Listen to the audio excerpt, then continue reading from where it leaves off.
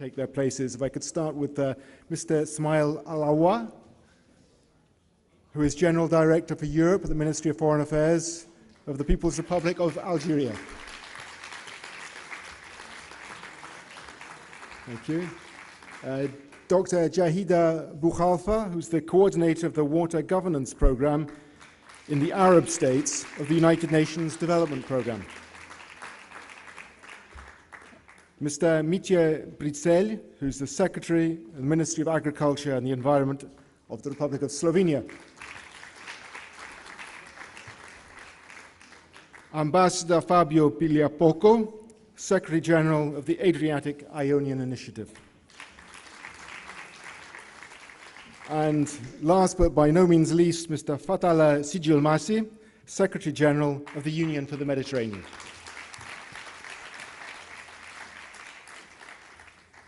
And my name is Robert Parsons, and I'm the Director of the English channel of France 24 in Paris.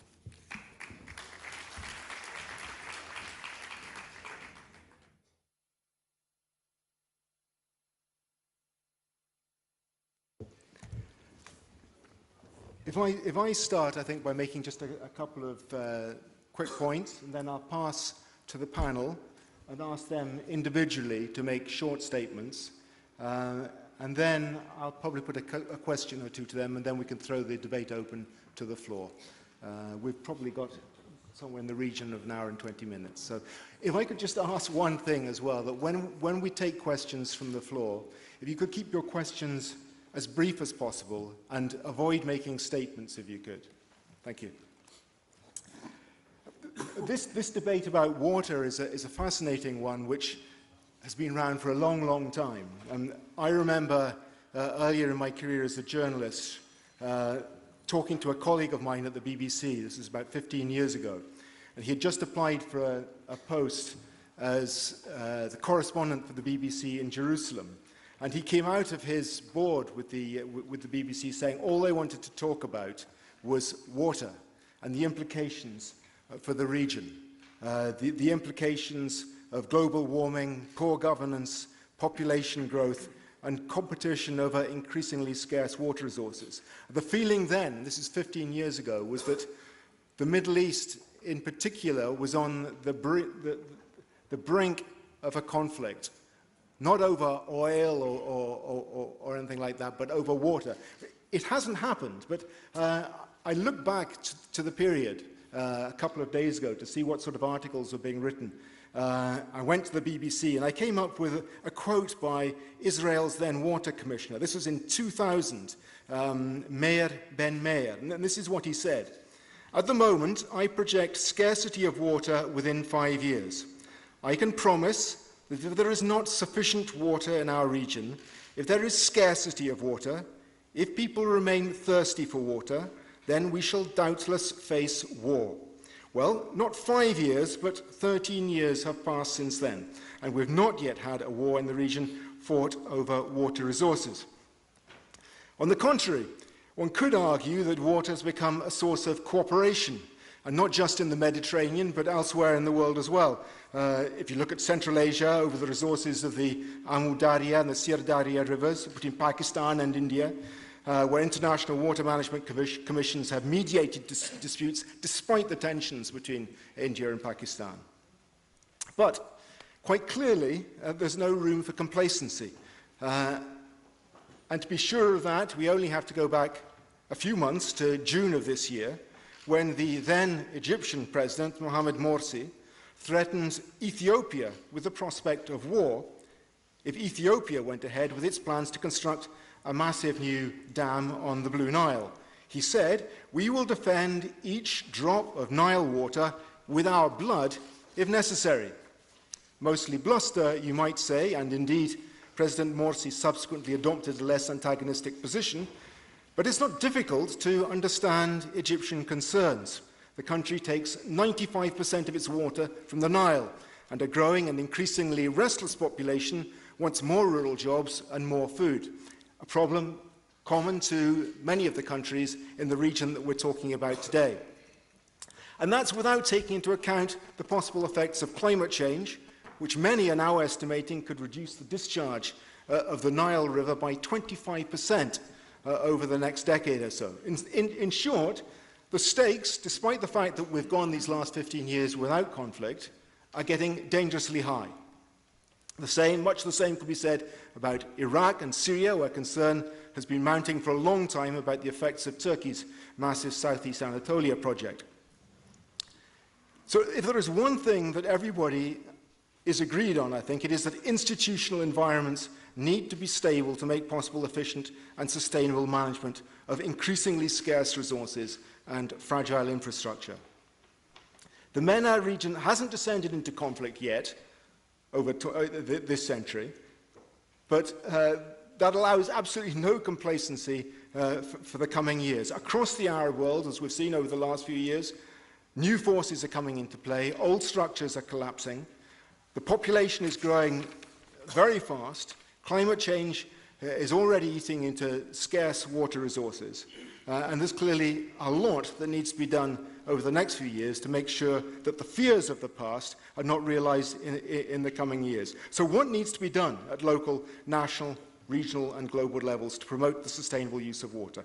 And how can an EU common foreign policy on water contribute to more efficient regional cooperation in the MENA region? What should be done in the Euro-Mediterranean context to find effective transboundary solutions in water management? And to find the answers to those questions, I'll turn now to our panel of experts and start on the right and move down the left. So if I could start with you, Mitja.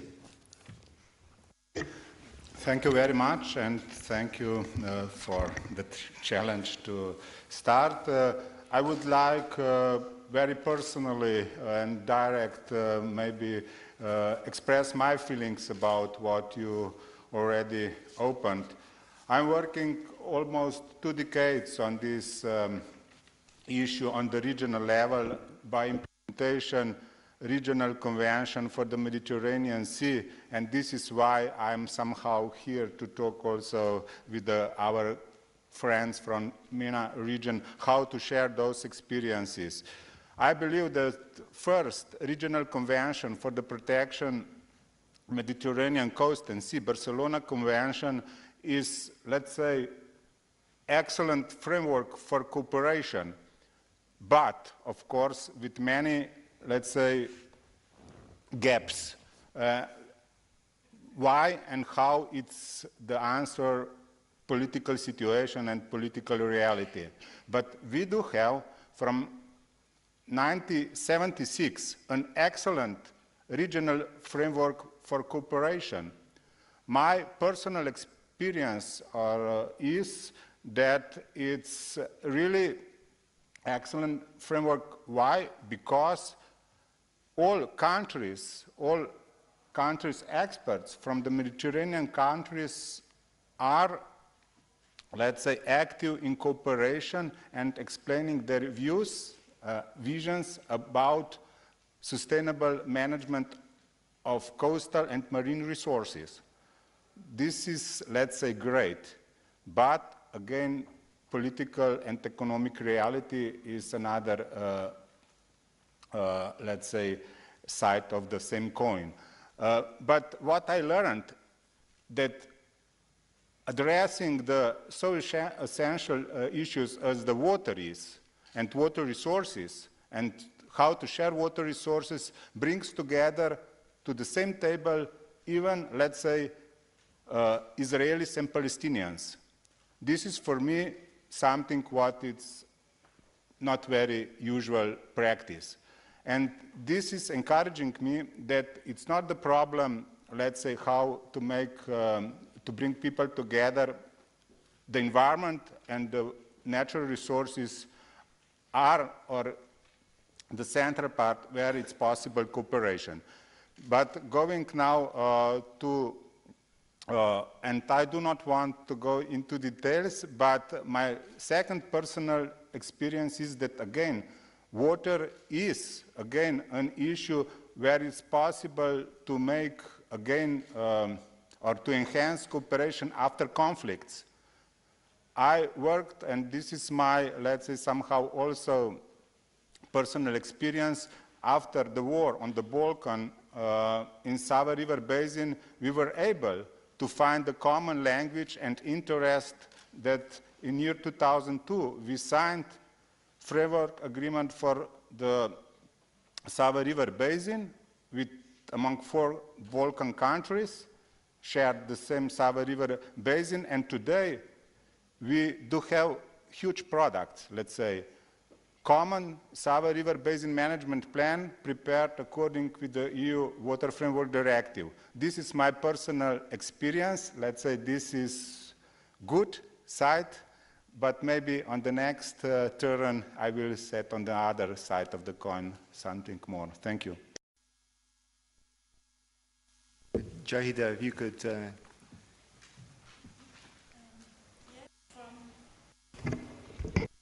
From my program perspective, from water governance program for Arab state perspectives, we had this experience at the regional level to respond to the needs of water scarcity in the region, to cope with different problems leading to this water scarcity, such as overexploitation, such as pollution, and such as impacts of climate change. From our experience, the water governance programs helped in coping with this by supporting at local level some activities in improving the existing system, the old systems of water management at local level in some countries. At national level, the support was mainly dedicated to capacity building at institutional level and at technical level for the water ministries or water entities, national entities. Our program supported mainly the needs assessment in each country, and then we responded to these needs expressed specifically by each country. Our intervention at regional level was more or less difficult because of the disparities in the countries, within the countries at regional level.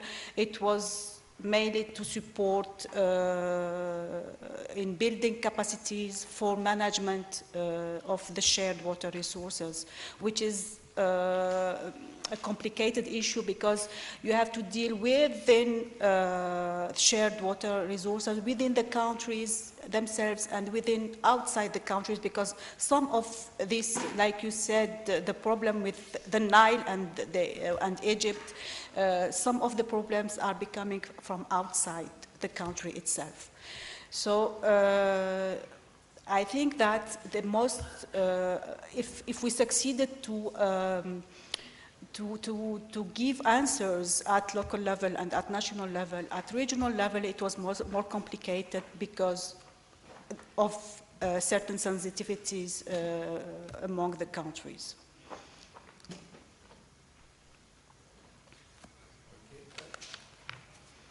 Jahida, if I could just ask you before we go on to the next panel member. I mean, you've had a very hands-on experience in water management for many years now. Have you noticed that over the years that the problems of water management have got more severe, that water has become more scarce in Algeria? For sure, because you have several impacts from several causes. The main cause is that the population of the world, and mainly in the Arab countries, is rising, and the resources are shrinking a little bit each year. The existing resources which still exist are under the impact of different sources of pollution and the impact of also climate change. So I think that, from my experience, we are facing more and more problems with the water resources, and we will face more problems if we don't take the necessary activities, the necessary strategies from now to cope with mainly climate change impacts, and to cope also with all kinds of pollution affecting the water, the fresh water resources, the surface water, the groundwater resources from over-exploitation also, which are not renewable resources in this case. Okay, well, I'm sure we'll come back to many of the issues that you raised. But now I'd like to go to Fatala Sigiomasi, Secretary General of the Union for the Mediterranean, to make his comments. Thank you. Well, let me first start by a general comment, and then I'll go down to the specific comment on water as an illustration. Having listened carefully and with great interest to the inaugural session, there was many words that came back many times. Vision, governance, and so forth. And it struck me that this is really something that is important for our part of the world, for the Mediterranean region as a whole. Let me start by saying, and having listened to the comments by very distinguished speakers, that for the southern Mediterranean countries, Europe, which today is asking all the questions that we have heard, Europe is a model. The European Union is a model. It's a success of regional integration. It has worked. And we look at it as some kind of locomotive also for Mediterranean, Euro-Mediterranean cooperation. So when we look at all the questions that are raised today, facing the crisis, facing the challenges, you can imagine that all the questions that have been raised by the previous speakers are double, tripled, 4 times, 5 times in our part of the world, because there are so many challenges along the road. So when you put then the equation of what's the best way to deal with these different challenges, obviously, in the Euromed region, more so, the regional answer to these regional challenges are more obvious than anywhere else. So the need to strengthen regional cooperation is indeed underlined. So when you look at European Union, and I'm just putting aside for the moment the questions that have been raised earlier, thinking that the European Union is going straight ahead. You have the rest of the European continent, the rest of the non-EU members from the European continent. Now, they are eligible at one stage to EU membership. There are negotiations, potential negotiation, criteria, and so forth. I'm putting aside also the specific example of Turkey. But the others, they are eligible. What is the framework in which Euro-Mediterranean countries can work together? This has been the question that has been raised for more than 2 decades now, since the Barcelona process in '95, and since 2008 with the creation of the Union for the Mediterranean, to try to figure out a framework. And yes, all the questions that we have discussed earlier, the vision versus pragmatism, the difficulties, whether it's realistic or not, whether it's idealistic or not, these are questions that are on the table. But at the same time, I would like to repeat what I heard earlier. We need to hold on and confirm the vision, because it's important to know what direction we are going to, and this direction is that European and Mediterranean countries must work together, and we will illustrate it with the specific issue of water, since it is the panel's theme. How do we go there? It's obviously a question where you need to put a methodology, and the methodology that the UFM has chosen is to work on concrete regional projects and on the basis of variable geometry, so that we go step by step and to try to build for the future. And in this respect, I would like to highlight that water is one of the sectors in which we are actually building this step-by-step regional cooperation. The challenges, as you very rightly said, are very important. But as we are speaking, we are working in Gaza on a desalination, water desalination project. So you can imagine the difficulties, of course, that we may face along the road. But yet there is a global consensus because this project has been adopted and approved by 43 countries of the UFM. When I say 43, I say all UFM countries, which means including Israel, including all the Arab countries, together, because as we are speaking today and we are in this wonderful city of Bled, only 10% of the population of Gaza have access to drinking water. And there is a United Nations report saying that by 2020, it's an official, you can find it on internet, by 2020, Gaza will be unlivable. And so I think that there is also a humanitarian, social, economic challenge. And this Gaza Desal project is, of course, important for intra-Palestinian governance, but also with the government of Israel, but also with Egypt, because the energy supply will come from Egypt. So that's just to show that how regional, even if it's not as much as cooperation, but at least the regional consensus building can provide a durable solution to provide the 1.8 million people in Gaza to have access to drinking water, which in 2013 should not be such an unrealistic objective. And we have other projects of that kind that we are developing. It could be too long to detail them, but this approach, project-oriented approach, with the support of the member states, with the collaboration of other organizations, we do things to make things go further. But of course, this needs to be put in a framework of a long-term vision, which is the political vision of willing to build together a Euro-Mediterranean region, because I believe, just as we were talking earlier about the European dimension, I believe that there is a Euro-Mediterranean dimension and there is a need for a Euro-Mediterranean vision to be built for the future. Thank you very much. To Ambassador Fabio Bigliapoco, now there must be music to your ears to hear that from our panel member here, that the EU is the model that people of North Africa and the MENA region look to.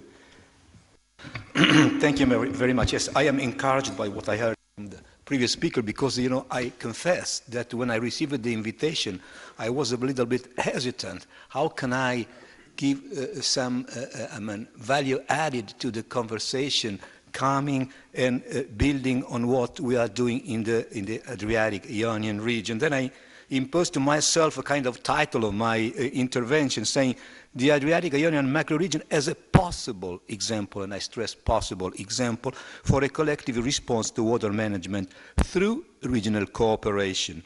In fact, Mr. Chairman, I'm aware that the maritime strategy for the future Adriatic Ionian macro-region might not be totally appropriate as a possible example because the conditions sine qua non for this future macro-region is embedded on the very concept of the macro-region, namely a strong regional sense of identity, acceptance of common strategic planning, willingness to pool resources. In a word, to simplify, we're talking about integration, coordination, cooperation, multi-level governance.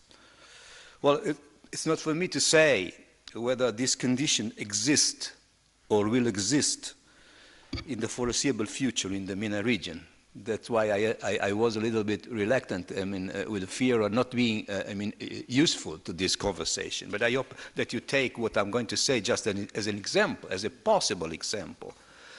In fact, this is, we have the problems of, climate change, uneven level of experiences, technical capacity, different financial resources, but we all have a common goal. A polar star for all the 8 countries of the Adriatic Ionian region is the European Union. We have 8 member countries. 4 of them are EU full members, Italy, Slovenia, Greece, and Croatia. The other 4, Serbia, Bosnia-Herzegovina, Albania, and Montenegro, are not yet members, but they are on their way to become members, with different timing. Serbia and Montenegro are already candidate countries. The other 2 are on their way. But it is important that the 8 countries have all a common goal and are capable, ready, and able to pool resources and to act together. In a word, there is no political problem whatsoever among ourselves. On the opposite, the tendency is to unite more and more, which makes things easier for us in order to, set up a maritime policy. I'll just put some notes. Naturally, I'm not going to read them, but the 8 countries, before thinking of a macro region, were already part of an intergovernmental organization, which started in the year 2000, much before the idea of macro region, which was, 2009 with the Baltic area and then with the Danube, much before, because Adriatic Ionian region started immediately after the tragedy of the former Yugoslavia. So the first need was to put around the table 8 ministers, 5 of which were actually members of governments which were combating themselves a few years before. So the first reason was political one. Then there was a progress of cooperation. In 2008, the 8 countries decided to have a secretariat in order to give continuity to the job. 2009, example of the macro region. 2010, the 8 foreign ministers with the presence of the European Commission in Ancona, the seat of this secretariat, a small town, but it's centrally located in the Adriatic Ionian, decided to go for the macro region. We are working naturally with the European Commission, which is fundamental for this, and we are making progress. There is already a communication on maritime policy, which has been approved by the European Council in November last year. And naturally, the macro-regional strategy will cover also the hinterland. Serbia is one of our member countries. One could ask why, because Serbia was at the beginning of Adriatic Ionian Initiative, Serbia and Montenegro, so there was access to the sea, and then once there was a separation, the Serbian government decided to stay, because they had the international right to stay. And so the macro region, it's not only, it is certainly based on the sea and the water issues, but it's not only that. It's also interland, it's also connections, it is research, it is governance, and so on and so forth. So our objectives are a coordinated response to issues better handled together than separately. This is the philosophy. And let me now give the concept of the macro region. Naturally, I'm not going to expand on that, and I'm ready to discuss and to go further when questions will be asked. And it implies, first, a regional sense of identity. Without that, there will be no macro region. And the second is the wish, the capability also to think in terms of common strategic planning. And as I said before, this wish is definitely there. And lastly, willingness to pool resources. These are 3 fundamental principles without which macro region could not be thought about and will not work in the future.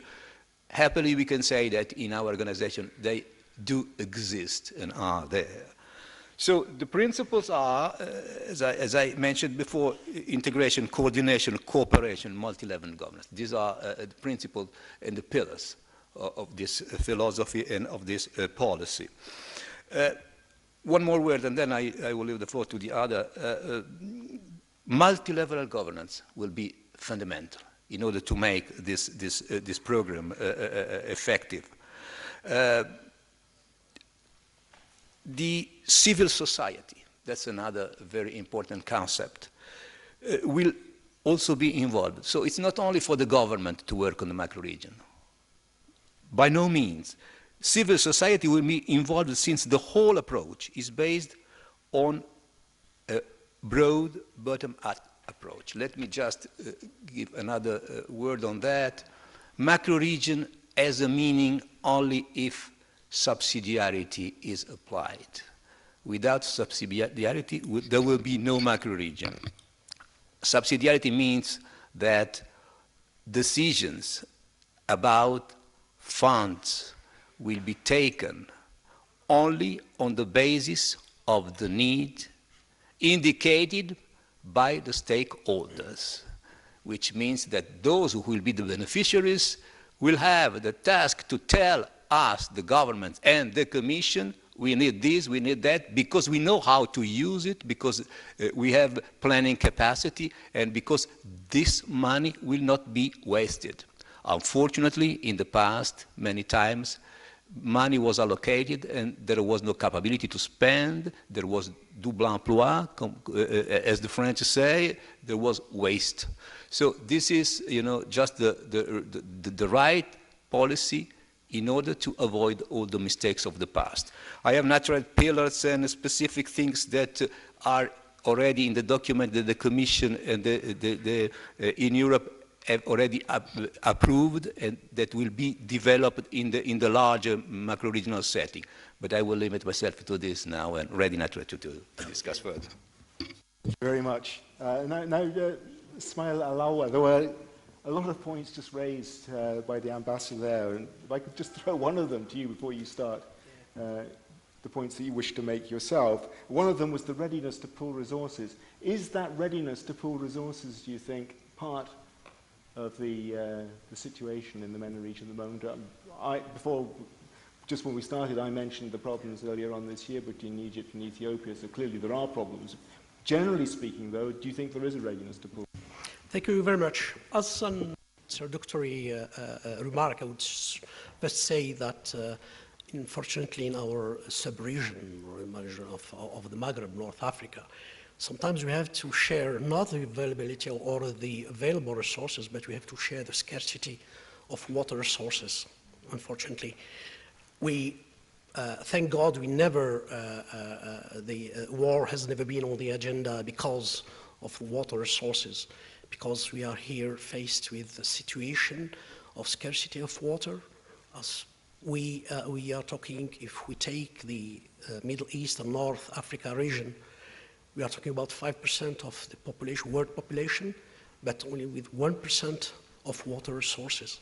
And this situation could be even worse, could get even worse because the needs of the people are increasing, are growing, and this region is hit regularly by periods of drought. Algeria, for example, had to face drought for more than 2 decades, almost 25 years, 25 long years, with no rain, no snow, or very little rain and very little of snow. And this period of drought, for example, has caused the loss of 30% of our potential, 30%, which means that whatever you do today, the first objective you might reach is to catch up what you already lost, not to mention how to find answers to meet the needs of your population in terms of drinking water, in terms of developing agriculture, industry, and so on and so on. So we are talking really about something really serious, and things, unfortunately, if we do not agree on a serious cooperation, on a program of coordination, on a program of exchange of experiences, exchange of know-how, etc., the present water resources in the MENA region could be divided by 2 by the year 2050. Can you imagine? There's very little water today, and these resources could be divided by 2.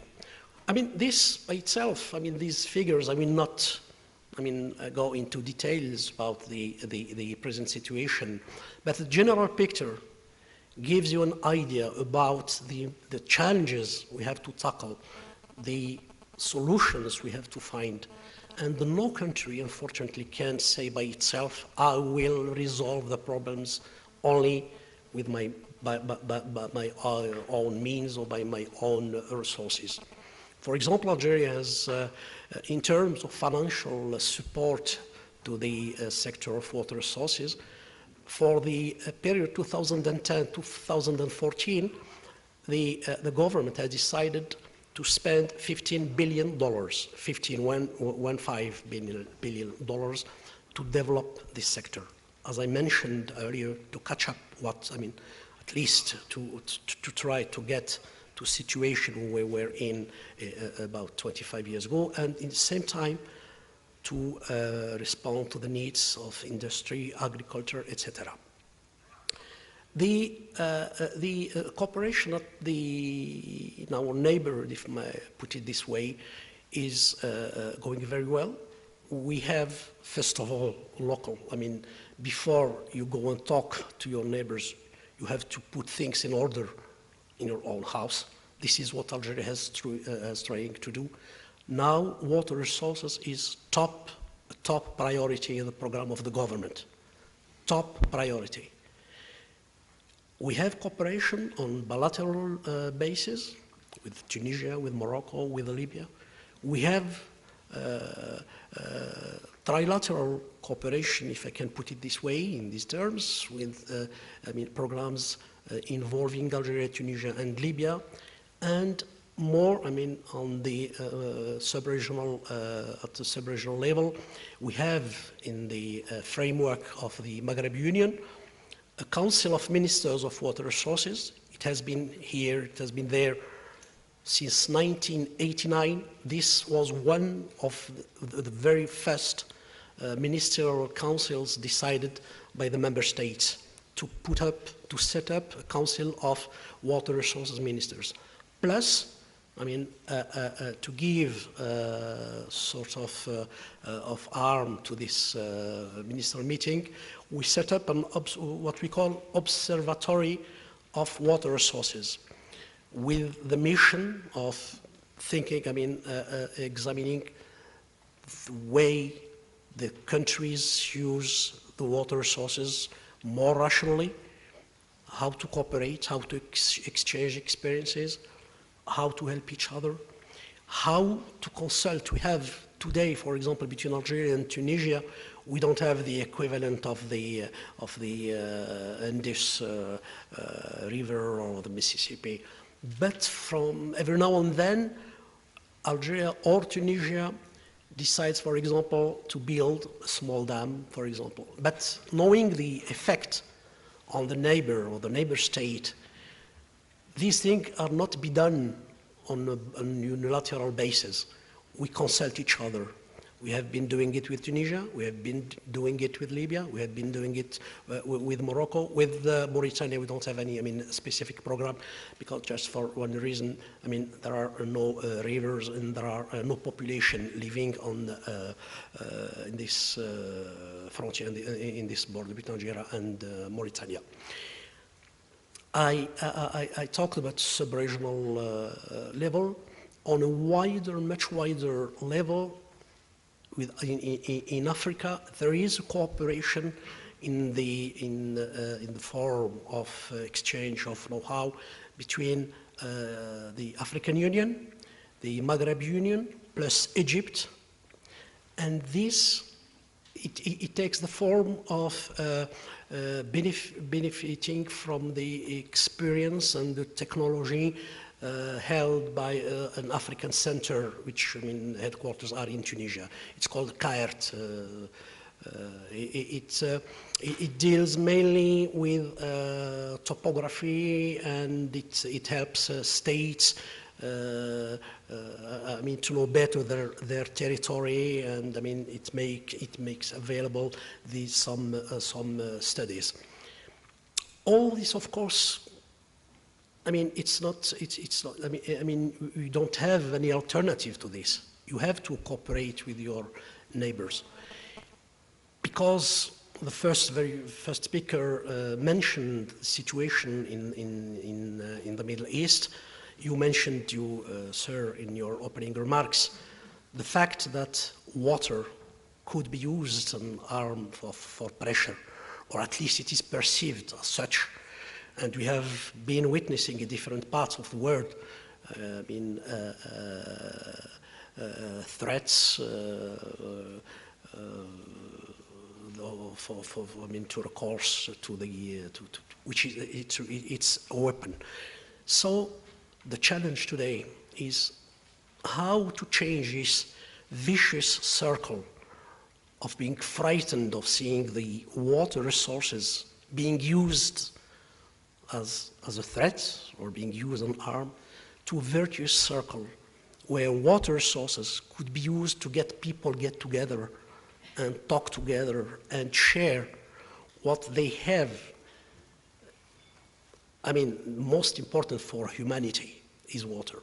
I want just to recall, if you allow me, sir, that since we are mentioning the Middle East, I just want to remind that when the peace process was launched in the early 90s, maybe I should say the late peace process, after the Madrid conference, 5 working groups were set up to bring together the whole, the partners of the peace process, Israel, the Arab countries, the sponsors of the peace process, Russia, United States, etc.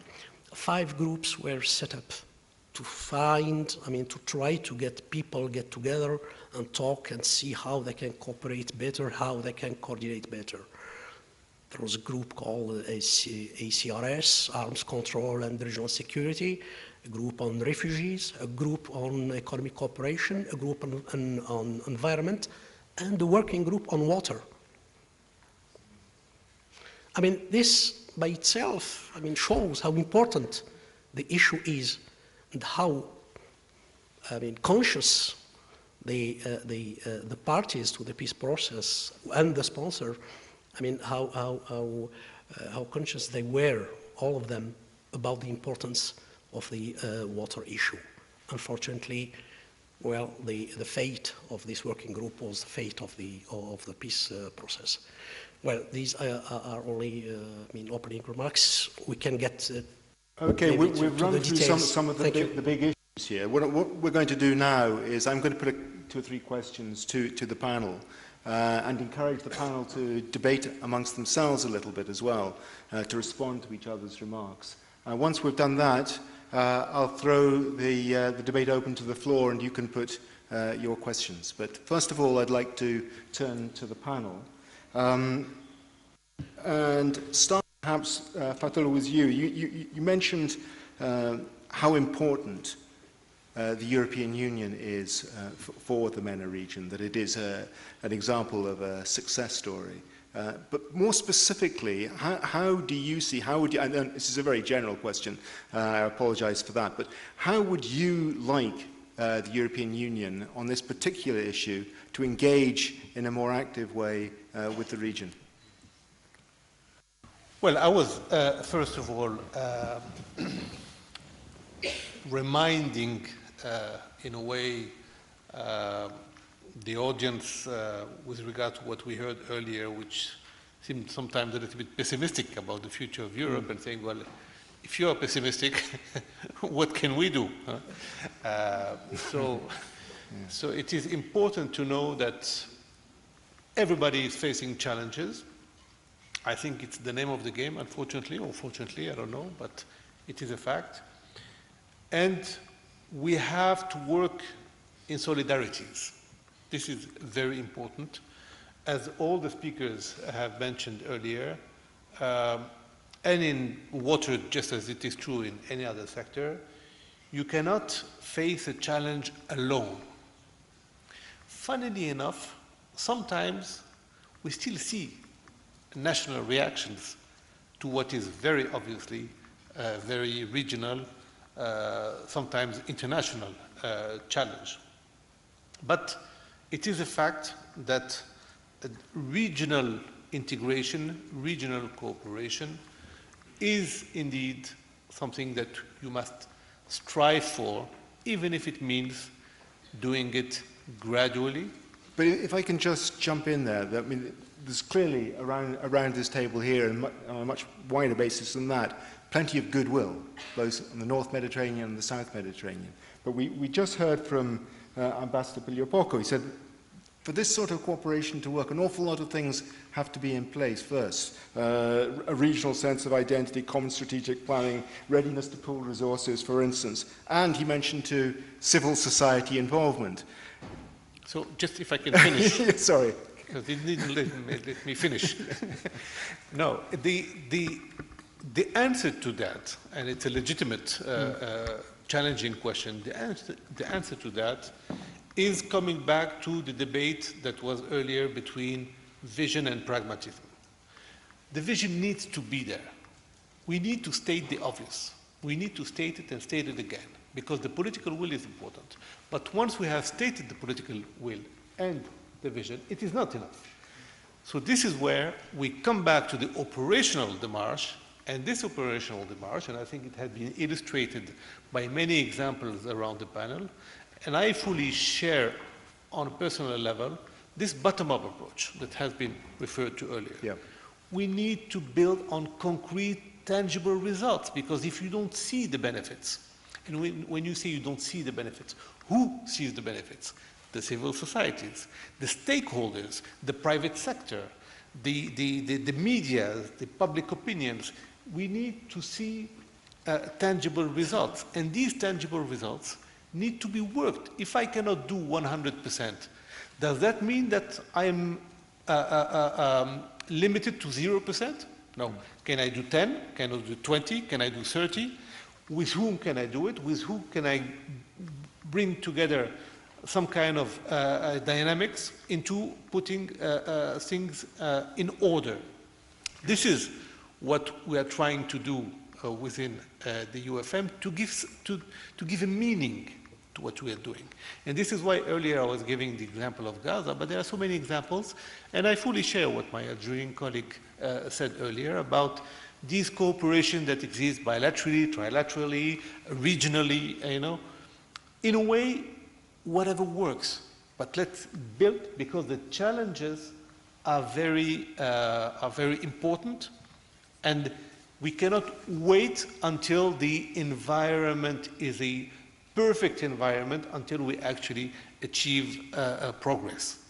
And this is, by the way, the motto of the UFM Secretariat is projects for progress.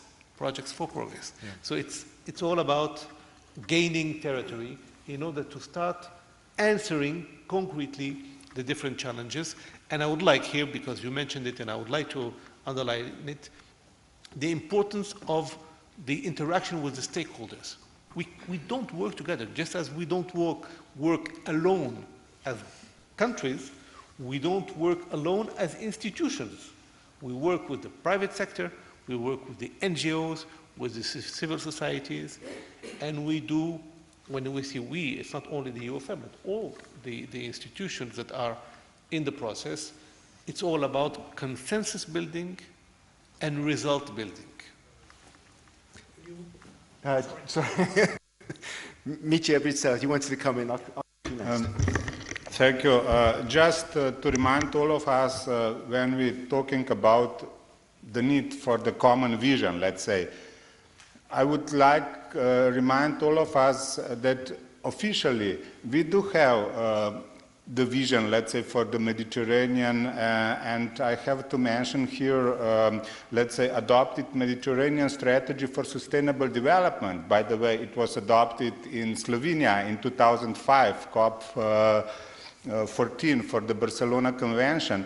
But the implementation of this very, I would say, comprehensive program of measures. Also, let's say, by the way, it's included the need for the adaptation to climate change with very concrete measures and so on into details. The very weak point is implementation of this program on all levels, national, regional, local. This is about the vision. We do have it. It's official and adopted for all Mediterranean countries. Now is the question you ask it, what or should be the role of European Union to contribute in this process? My perception and experience is that, of course, is huge potential here because, as I mentioned, Barcelona Convention is the first regional convention for the, let's say, Mediterranean coast and the sea and sustainable use of coastal and marine resources is to use existing structure which is in the region. This is the UNEP MAP Secretariat for the Barcelona Convention and regional centers spread around the regions from Tunisia to Malta to Marseille, Split and others to work as much as possible on sub-regional issues and technical questions to implement, let's say, regional vision, taking into account, of course, sub-regional specifics. Otherwise, you cannot manage regional problems if you not address local and regional specifics. And this is the way where I see that it's possible to make the synergy, and it's must. Otherwise, it's paperwork and a lot of, let's say, open problems for the local population. And what I learned in this lessons learned is in this process, it's no sectoral approach and it's no national only approach and top-down approach. This is not way to do it. As the colleague from the Union for Mediterranean mentioned, it's of course tailor-made approach on, let's say, transboundary, if possible, level, and with the contribution of the users of the water resources. That's the way. And if this is not the case, then I believe the process is endangered. Thank you. But just to add, and this is my last question, the last remark, we should somehow take somehow into there the difference, water resources, of course, in general, but we do have fresh water, coastal waters, and marine waters. And where we are talking about the water resources for the water supply is fresh waters with their huge problems and solutions, then coastal and marine waters. There are three, let's say, stories interconnected somehow. Okay, thanks very much. Mario, you have a point you want to make. Yeah, well, you asked the... And don't be frightened about picking each other up on points that you make as well. Yeah, well, you asked Mr. Sigelmessi what could be the role of the European Union, I mean, to get, I mean, a better dealing of the issue of water resources in our region.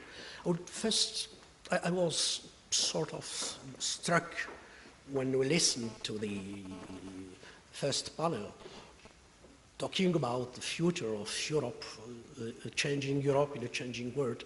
I didn't hear a single word regarding the neighborhood of Europe. Well, it's quite understandable. I mean, the title of the panel or the discussion was about Europe. But it struck me the fact that nobody said once Europe is getting better or in better health or getting stronger, what it can do with its neighbor. And when I say neighbor, I mean mainly the south. Second thing, Europe has a major role to play on two tracks, political track and technological, if I can put it this way.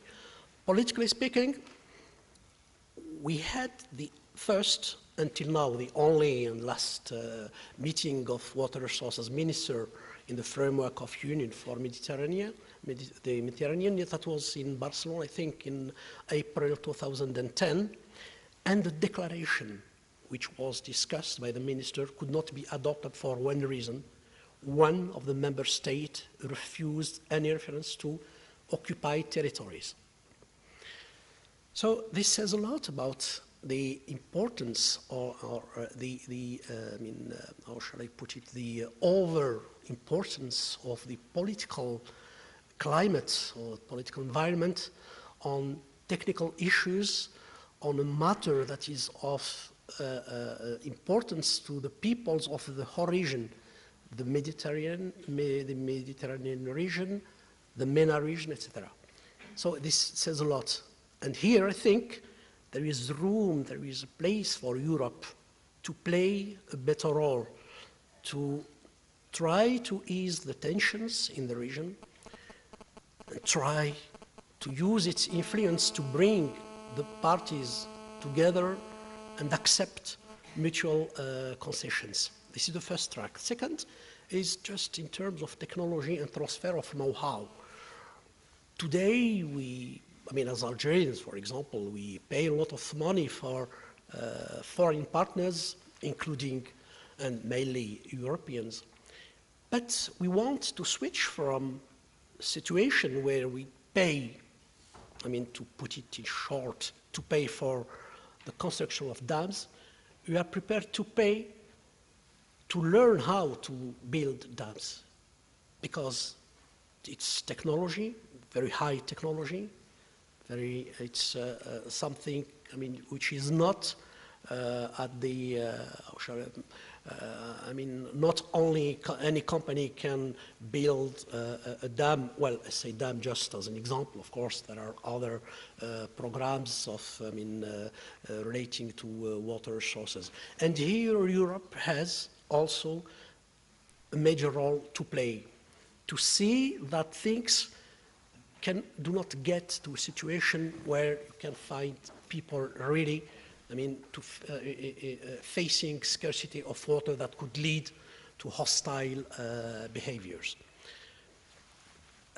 Just final word, when Mr. Sigel Messi was in Algeria last year, December last year, we had a discussion and he delivered a sort of conference at the Ministry of Foreign Affairs, and I tried to spoil his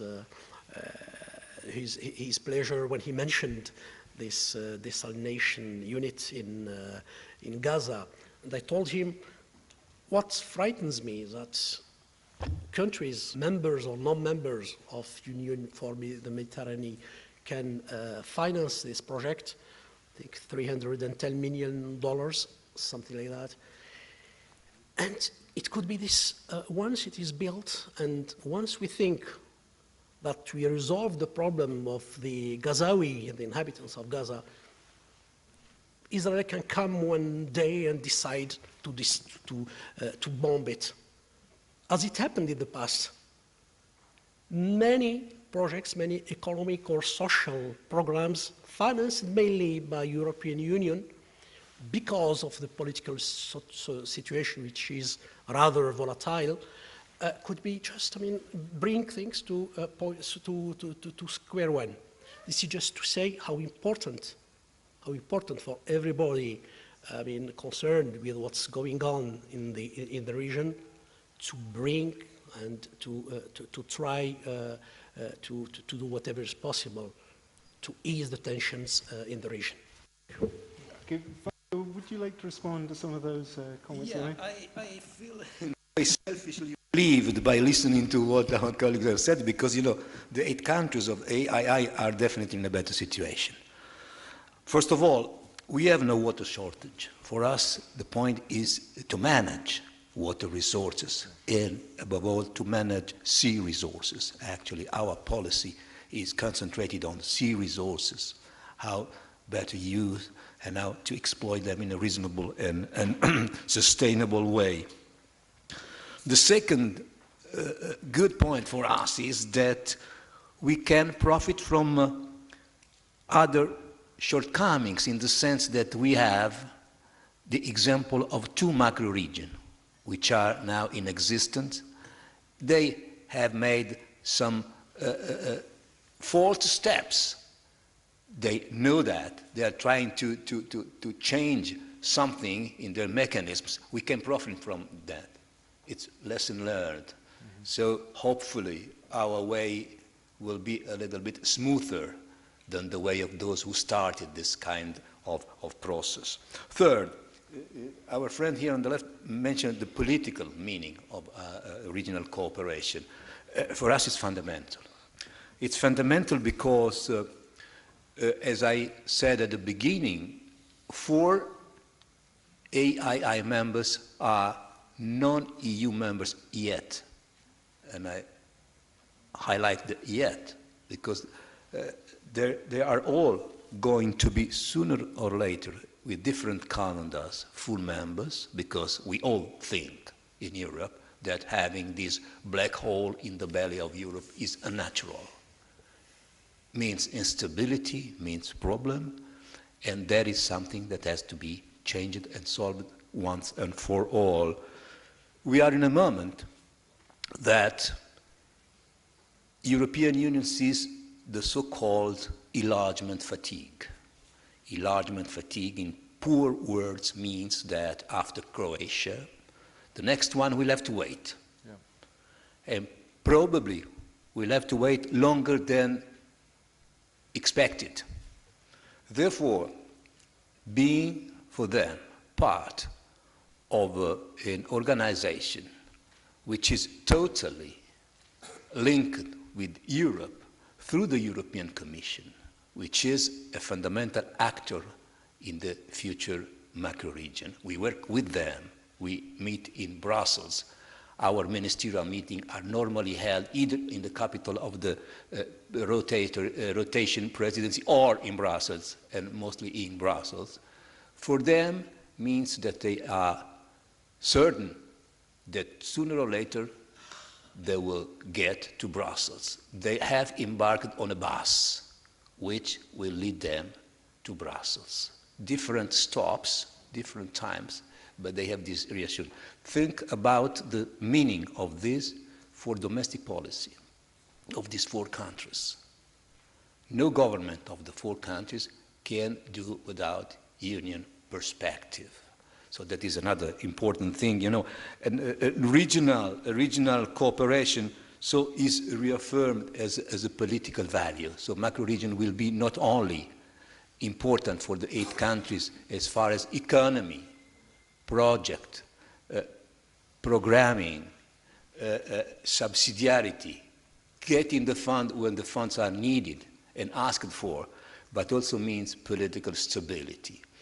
And as far as civil society, from now on until next spring, we shall organize with the Commission, always with the Commission, the so-called stakeholders meeting, meaning we shall go to the stakeholders and re-explain to them what macro-region is all about, and most of all, even more than explaining to them, listening from them, their expectations, their needs, in order to be sure that future programs will respond to the real needs, that they will have project capability, and that the money will not be wasted. Last, one more. We have been approached sometimes by some European parliamentarians asking us, yeah, but what does it mean? I mean, is this an impediment for a future, hopeful, larger, let's say, Mediterranean macro region? By all means, no. This could be and this should be a first brick in this big building. Hopefully that this building could become as soon as possible, naturally. It's not up to us to say. This is 3 or 4 ideas that I wanted to highlight with you. Okay. Well, thanks very much. Okay, sorry, I hadn't come to you, Jahida, yet. But because we're running out of time a little bit, and I want to throw the debate open to the floor. I want to come back to 2-3 points, very briefly. First of all, we have to go from this strategic vision, this global vision, to the local level. We have some population. You know that the MENA region, the Arab world, is a lot of the countries are under the threshold of the poverty, under the line of water poverty of 1,000 cubic meters per capita per year. If we take some countries, they may go from 100 cubic meters to 500 cubic meters. Within the country itself, there are a lot of disparities and huge disparities between urban and rural areas. If you take a country like Yemen, it could be from 0 point something to 100. So there are immediate needs today to respond to, and we can't wait until we put in place these strategies, these conventional projects or whatever. Also, the desalination, the point of desalination, I think that this is not always the good solution, because we don't know the impact of this industry on the Mediterranean, you know. The Mediterranean is small. It's like a pool, like a small pool. So we can't build all this industry along the country. There are also disparities between South Mediterranean and North Mediterranean, which is allowed in the North Mediterranean countries is not allowed in the South Mediterranean. And also the cost of this industry is still high. So not all the countries or the Arab countries can allow or can afford this kind of industry. There are also this transfer on, like my colleague said, of know-how between the countries, which is, I think, it's a challenge today issue. So there are a lot of issues. I mean, the ideas are really competing in my head, but there are a lot of issues because from my experience, I have been a lot on the ground with the local population, and the needs in some countries is real. Have daily a cup of water to drink for some population. It impacts the economy of the country. It impacts the social life in the country.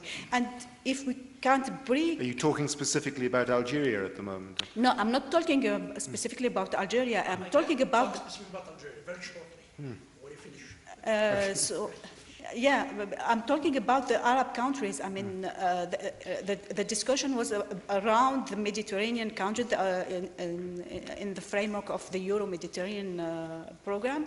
But as UNDP, we are working on the MENA region, I mean, on the Arab region as a whole, and the water poverty is a real issue.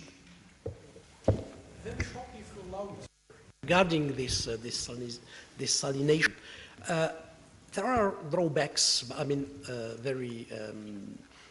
many problems regarding these units of the desalination. We in Algeria, for example, we have presently 13 units for total production of around 2.5 million cubic meters per day, which is not, I mean, it is not a lot compared to our total potential, which stands at above 17.3 billion cubic meters. I mean, it's really nothing. Desalination could be not the answer forever. It could be an answer for a while. It could limit reduce the scarcity or the rarity of natural water, but it cannot be an answer for everybody all the time, because the inconvenience of this, first the effects on the consequences on ecology, environment, they cost a lot on the ecosystem, they cost a lot, it's high technology, and they energy consumer, this unit. Which means I think at this point, because we've got about 15 minutes, I think, I'd like to throw the debate open to the floor. The gentleman in front of me there. Yeah. And if you could say who you're putting your question to as well. Yes. Thank you very much again. My name is Mehtab Singh and I'm from India, currently living in Slovenia. My question actually goes to every one of you sitting in the panel.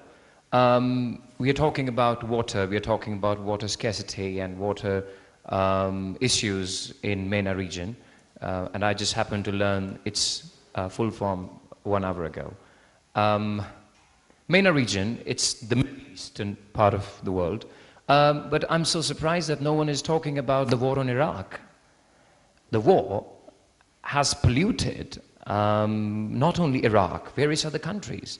Heavy metals, carcinogenic parts from the weapons, from the debris, from the other things have entered the soil for next generations and generations, and how come we are not talking about it? And the fuel being used in the war is actually currently being drained from Iraq itself. Around 4 billion gallons of fuel is being used in the war worldwide, which is actually adding to tons and tons, millions of tons of carbon dioxide into the water, into the air, and further making water which is not suitable for drinking. So you are one of the governors and everyone. So how, I mean, you are from the UNDP. What is your stand to the UN on the war on Iraq? I mean, about the wars things on the water. Thank you. Fatala, would you like to lead off on that? I think the question was put to UNDP. It's for everybody. It's for everybody. Yeah. Well, Iraq is not a member of the UFM, so as far as I'm concerned, I will gladly share my personal views with you later on. But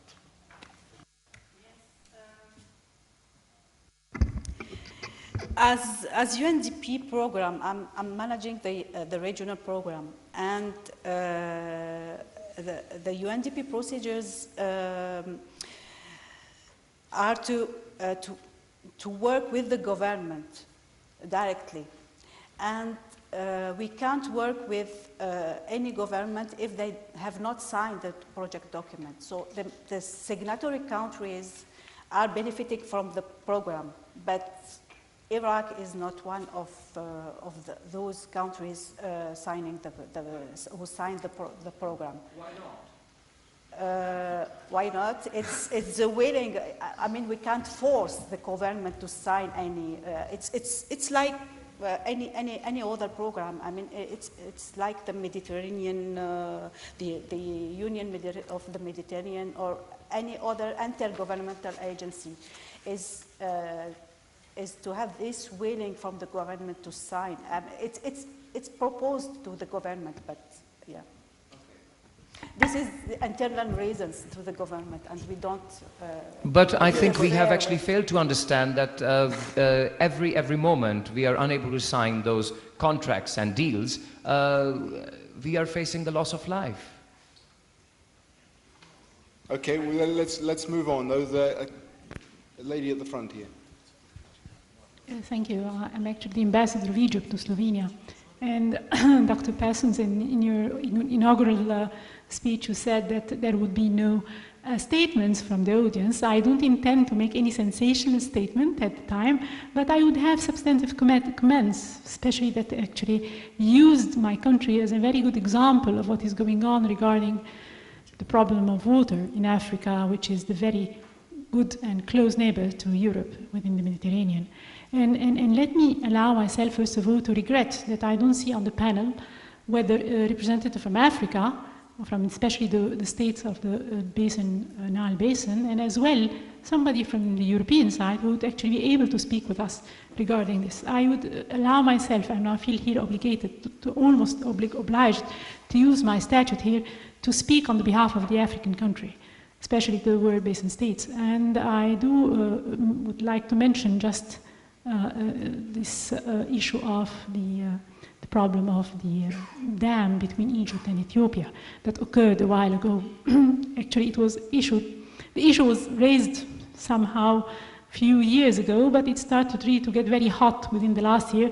And I would like to ask that some of the euphoric statements mentioned in the previous year from the previous regime of Egypt should not be taken as the final answer of such not only a friendship, but a brotherhood between Egypt and definitely the other African countries. I think that Egypt nowadays is making shuttle visits between Ethiopia, between Addis and Cairo, in order to resolve such problems that we don't think on the near future or the far future to go into any war with our African neighbors, our African brothers. We are the eldest sister of the continent. I can ask my co-African brothers here in the room to witness that this is actually a fact.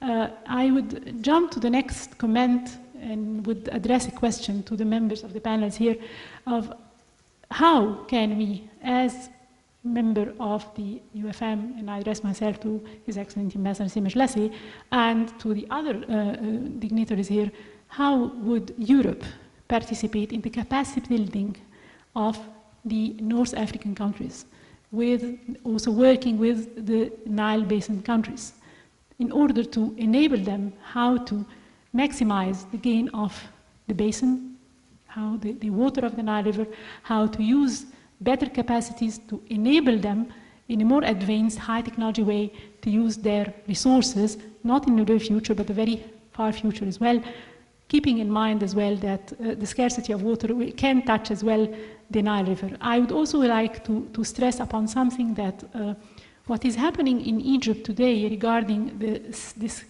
actual current debate between Egypt and Ethiopia is regulated with a convention that was signed in 1959 between the different state member countries of the Nile Basin. And what is happening today is not actually a matter of fighting between two countries, but it's a matter of legal regulation of this water resources. Thank you. Okay, I will answer, but you know what I think, because we are colleagues and friends, so you know exactly what I'm going to say. Nevertheless, I just would like to say on the capacity building issue and the closer cooperation between countries. And there is a project that we have developed within the framework of the UFM called the Governance and Financing the Mediterranean Water Sector Project. It's all about PPPs, how to promote public-private partnerships, because this is also clear that public sector cannot hold always all the responsibility by itself in dealing with all the water challenges. So the private sector needs to be involved, and that there is a link. And around that project, there are a lot of capacity building programs and other types of support initiatives in order to tackle either regional dimension issues when they are cross-cutting issues, or nationally related issues when they are more specific, as it is in the case of the Nile Basin.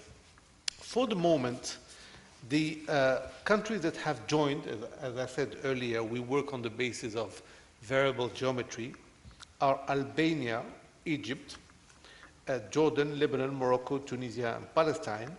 And in the launch conference that we have organized, the Algerian colleague was there to support also his participation to the project. So I see here, first of all, that Egypt is member, and probably your ideas can fit into the national component, the domestic component of such capacity building measures. And by the way, you're witnessing on live the potential capacity of working with UNDP. So you're witnessing on live interinstitutional potential cooperation. So this is typically the kind of things on which we would be ready to tackle. But I would also like to say, because I'm here as a host to the Slovenian government, that this is a typical project on which Slovenia has a lot of companies, a lot of expertise, a lot of best practices, and I believe that this is typically the kind of issues that we can take from such conferences as this one in order to promote them towards having greater tangible, concrete results on the ground, and probably that the Egyptian case, and of course when I talk about Egypt, I think of the larger geographical scope, because I'm well aware also of the diplomatic issues in that sub-region, that we can, of course, tackle this issue further.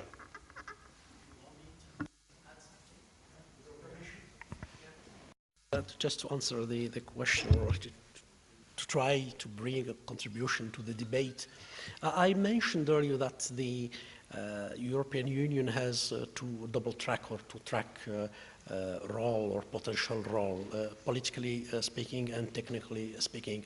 Politically speaking, the European Union can do a lot to transform its role of financing projects to a major political leader, political actor in the regional scene, in order to bring the parties together, to ease tensions, to avoid recourse to violence, etc. Unfortunately, I'm not the only one to say it. I mean, even Europeans recognize this fact.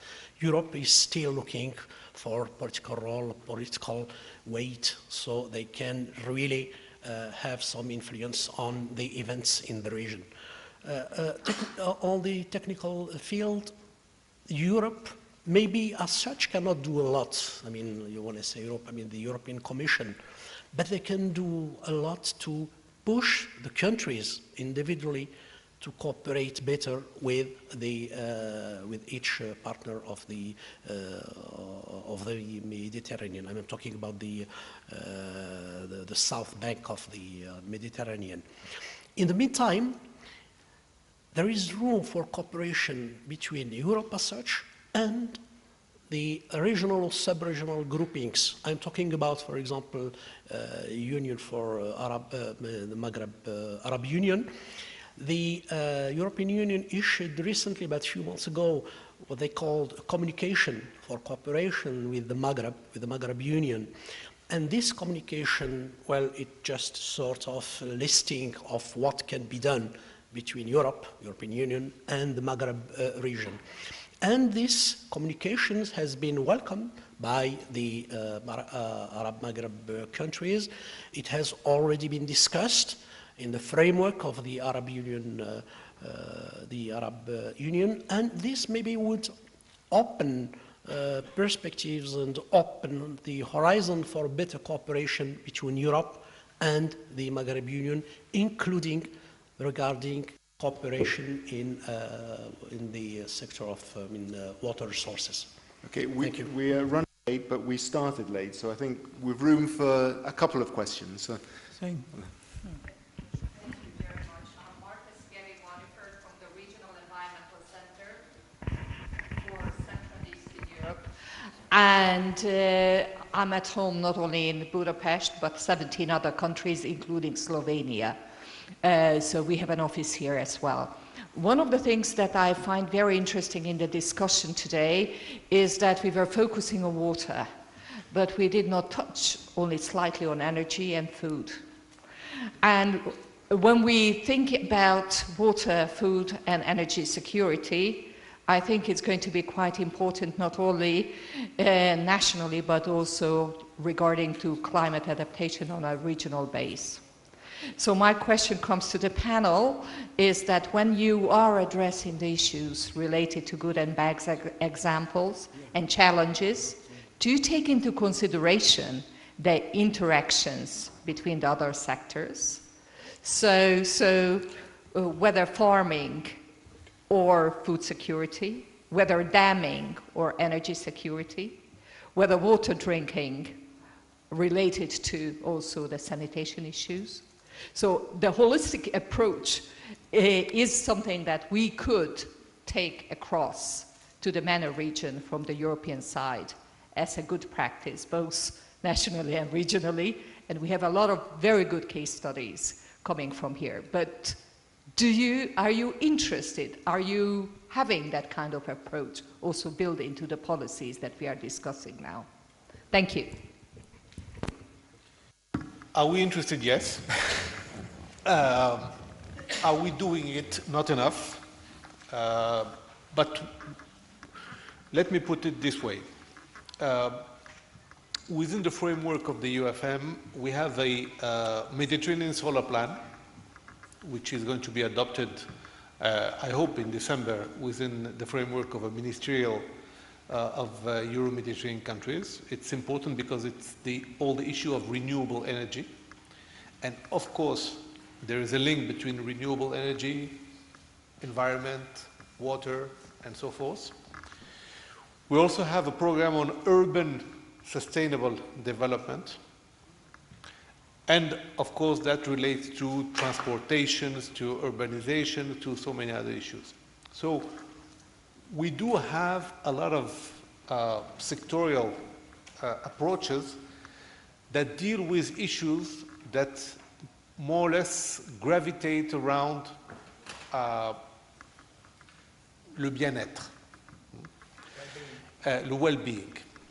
And it is a fact that we can do more in terms of bringing the different issues together, and I would be very happy to follow up on your remark, because I think this is typically the kind of best practices that we can build between north and south of the Mediterranean.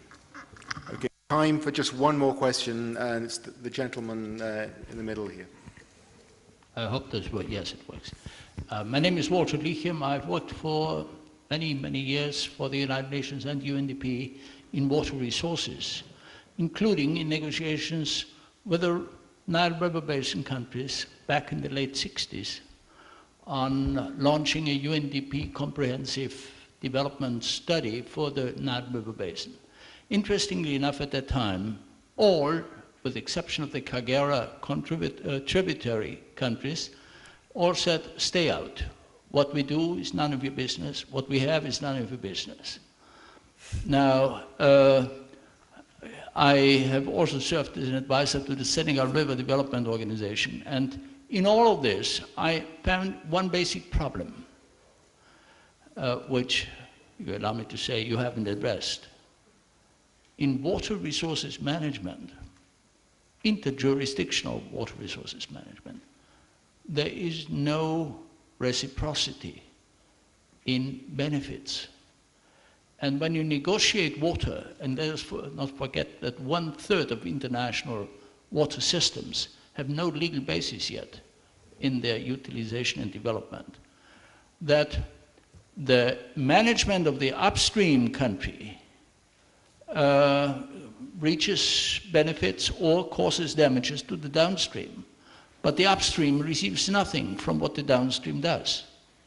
That implies that you need an indirect reciprocity system. That means water resources management and institutional development has to be embedded in other value exchanges where benefits are received by the upstream from the downstream in another area, be it just security, values, visions, identities, belonging to a shared community. These are also indirect reciprocities that are of importance. Let me just add one last thing, technology.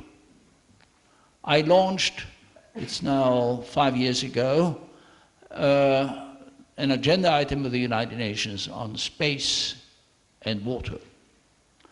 Because I found out that in fact with space data, you can make an institutional quantum leap by providing all co-system countries with the necessary data on water quantity, water quality, surface water, groundwater. Egypt, by the way, was surprised to learn through space data how many millions of cubic meters of groundwater were withdrawn for the man-made river project, and similar problems with Tunisia. But how do we go ahead? Technology, embedding water into a broader agenda of exchanging benefits and identifying reciprocities. Thank you. Which of you would like to? Or Jahida, perhaps? Would you like to respond to that? Yeah, good excuse, I'm not an expert in water. Fabio. just maybe nothing to add. It's, I believe, the philosophy which is some integrated approach, which is now official, let's say, policy of the European Union in the implementing the European Water Framework Directive and Marine Strategy. And this is integrated approach, and I hope that it's from the paper to the real life, it's the way. But it's official approach, which is integrated approach for the shared water resources in the region. Okay, and with that, I think we better bring this part of the evening to an end. I'm really sorry, we could go on for a long, long time. I'm sure there are many more questions that people would like to ask. Just very briefly, before I pass over, we've covered an awful lot of ground, many different questions, and given the fact that the area is so disparate, that's clearly not surprising. The difference between the North and the South Mediterranean, as we've heard from our speakers, is enormous, and sometimes the lessons from the North will clearly not apply. But as we've heard from many of our speakers from the MENA region, people in the MENA regions do look to the European Union for inspiration, do look to the European Union for lessons that they have learned which can be applied in the South. And we've heard from two of our speakers in the region, in the North Mediterranean region, about how they feel that there are lessons that can be applied. There are problems, of course, and we've heard many of them. The problems of genuine regional cooperation, the problems of involving civil society, without which many of the ideas that have been discussed tonight cannot be realized. There's the context too, which we didn't have very much time to get into, the political context that we've seen developed over the last few years in the MENA region. What are the implications of the turmoil in the Arab world, for instance, for the institutional context? How much is that going to disturb the ability of the states in the region to cope with these sort of problems? Well, we could go on and on forever, but it's time for me now to pass over, and I've just lost the bit of paper that I need. Excuse me. To pass over to the film part of this evening, and I'm going to ask Mr. Rade Sherbizier, who I'm sure many of you are very familiar with, to take the floor and discuss the Bled Film Festival.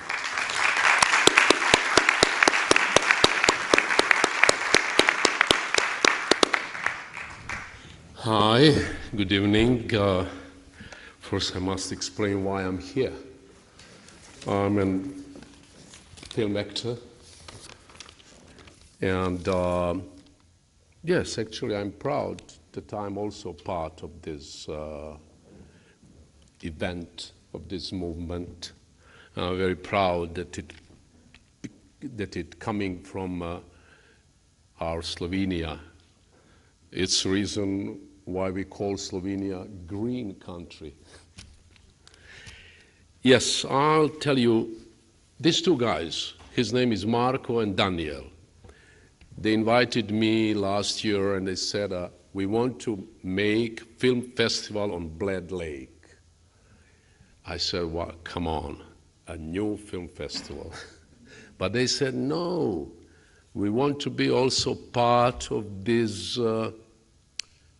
ecological world's revolution in the world.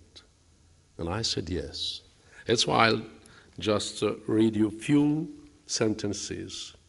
So, greetings from the Bled International Film Festival, which will be held here on the Bled Lake in June of next year. Our festival takes place on water. Films will be projected on a wall of water, and our desire is to connect art with worldwide environmental movements to protect our seas, rivers, and lakes. In this spirit, I support and commend you for the good work you are doing here at the Bled Strategic Forum. And now, I just was listening this question of this gentleman with a black beard and black hat. So my few sentences will continue this way, this part. And yet I ask myself, what are the chances that we, who in various ways are trying to protect our planet, will ultimately succeed in our struggles? For sometimes it seems to me that we cannot fix this world as often as some forces can destroy it. We are witness to horrifying wars in which even today are used chemical weapons and nuclear energy. There was Hiroshima, but there were also countless other bombs tested in the deserts, underground, and in the depths of the ocean. How do we stop power-crazed individuals who, in the name of national, religious, or imperialist ideals, tyrannize our world? And how do we stop the greed of massive corporations who, in the name of efficiency and profit, drill, splinter, and poison our planet? How do we convince them that sustainable development is the only way forward? Yes, as Bertolt Brecht would say, we truly live in hard times. And yet, as evidenced by all of our presence here, there still exists hope.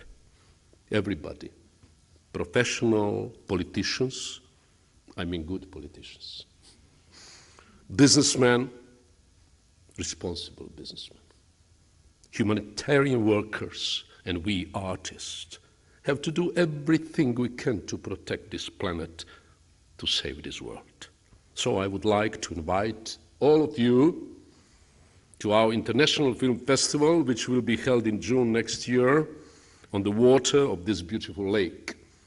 We will try to bring good films and prominent artists from all over the world to be part of our festival and to be part of ecological revolution that must occur. Thank you.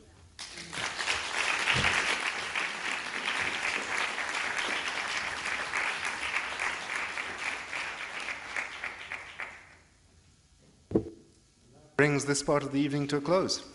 Thank you very much.